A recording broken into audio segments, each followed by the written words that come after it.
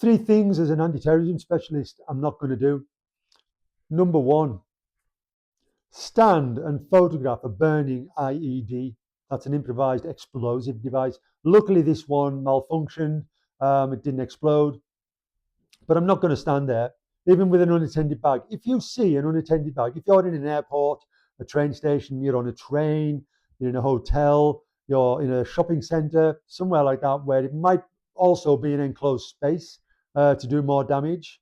If you see an unattended package, an unattended bag, some other unattended items, report it after you've left the scene. So get out of that area. Don't stand there. Don't be in that vicinity at all. And don't report it until you've actually left. Number two, don't run in the same direction as everybody else if you find yourself in a active shooter or a terrorist situation.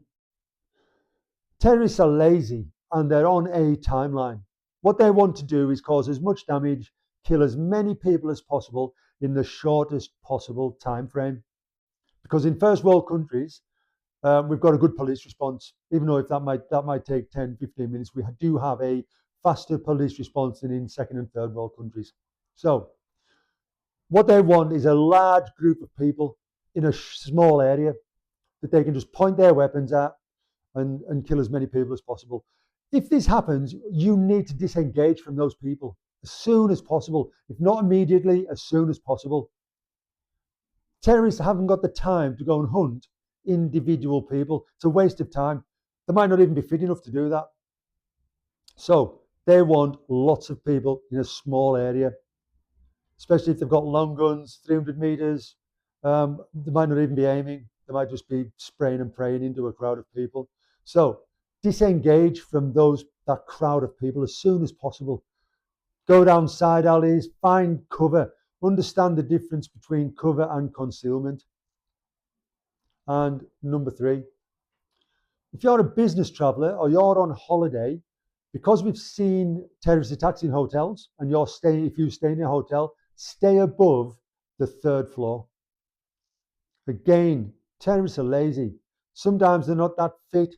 They want to stick to the car park, the foyer, staff areas such as back offices, dining rooms, hotel guest dining rooms, kitchens, anywhere where there's lots of people in a short space of time. Again, if you're above the third floor, they're not going to go up that high. They haven't got time to go and try and shoot through doors, crash doors down, try and find people in different parts of the building.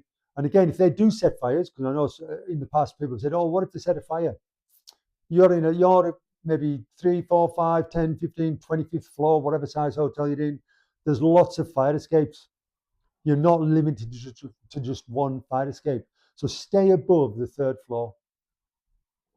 If you want my 9.5 tips on these three aspects of keeping yourself safe in a terrorist attack, or what to do if you see suspect packages and things like that, I'll put a link in the comments. Otherwise, comment below and you can get my 9.5 tips. My name's Rock Higgins. Stay dangerous.